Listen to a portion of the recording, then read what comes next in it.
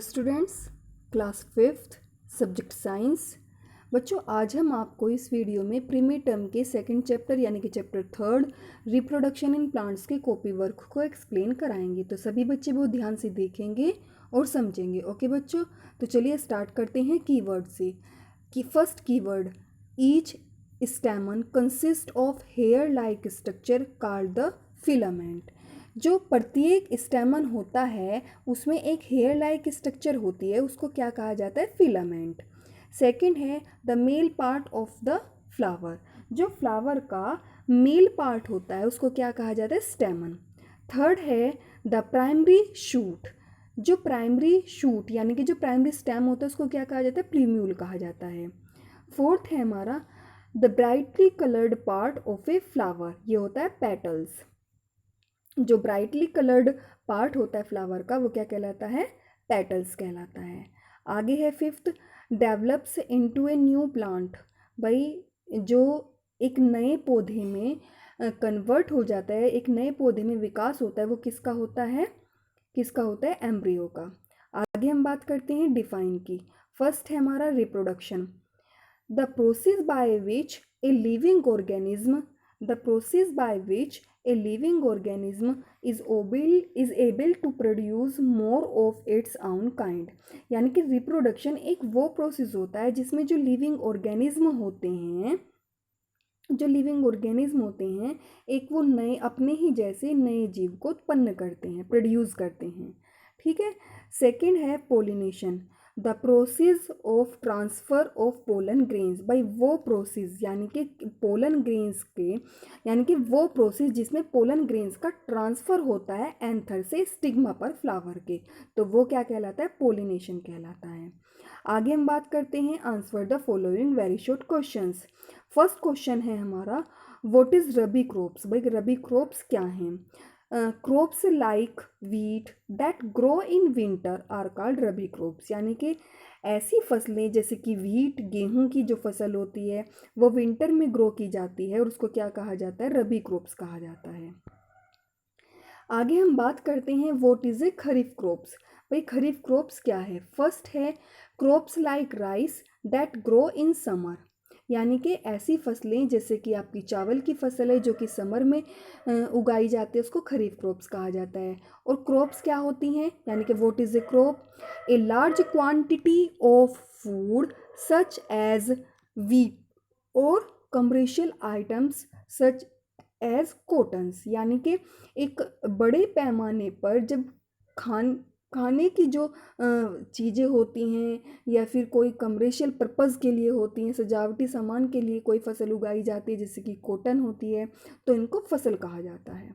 आगे name the reproductive part of a flower. Male reproductive part होता है स्टेमन और फीमेल रिप्रोडक्टिव पार्ट होता है कार्पल। आगे write the some examples of cash crops. भाई कैश क्रॉप्स के कुछ एग्जाम्पल दिए गए हैं जिसमें से फर्स्ट है हमारा some cash crops are jute, cotton and sugar केन।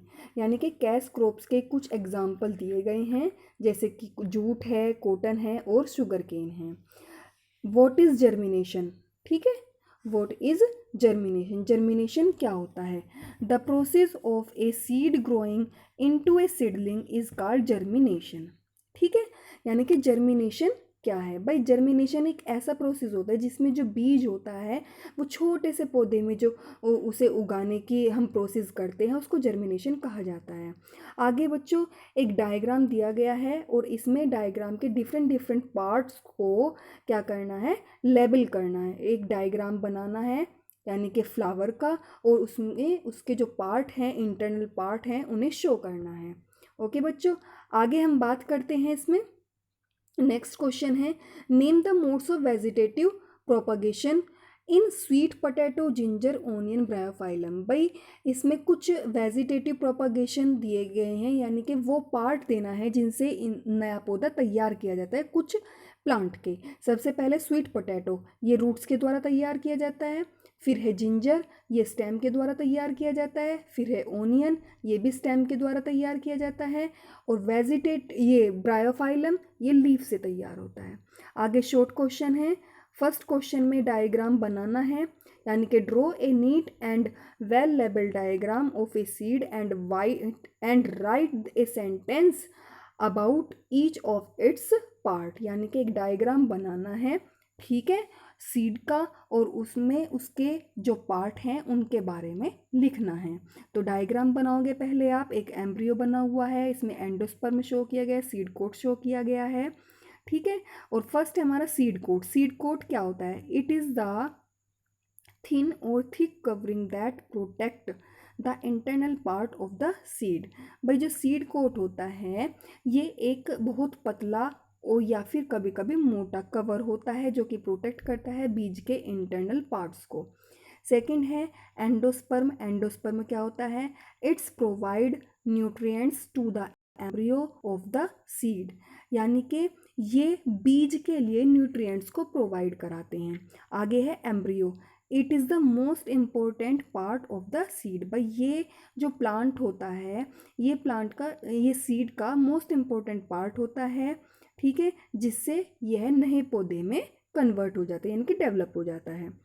आगे है इसमें डिफरेंस दिया गया है सेल्फ पोलिनेशन और क्रॉस पोलिनेशन में, ठीक है। सबसे पहले हम बात करते हैं सेल्फ पोलिनेशन की। If the pollen grains from the anther of a flower are transferred to the stigma of the same flower, it is term as self pollination, pea, china rose, ETC। यानी कि self pollination एक वो process होता है जिसमें pollen grains flower के anther से transfer होते हैं उस सेम फ्लावर के स्टिग्मा पर, तो ये आपका सेल्फ पोलिनेशन होगा।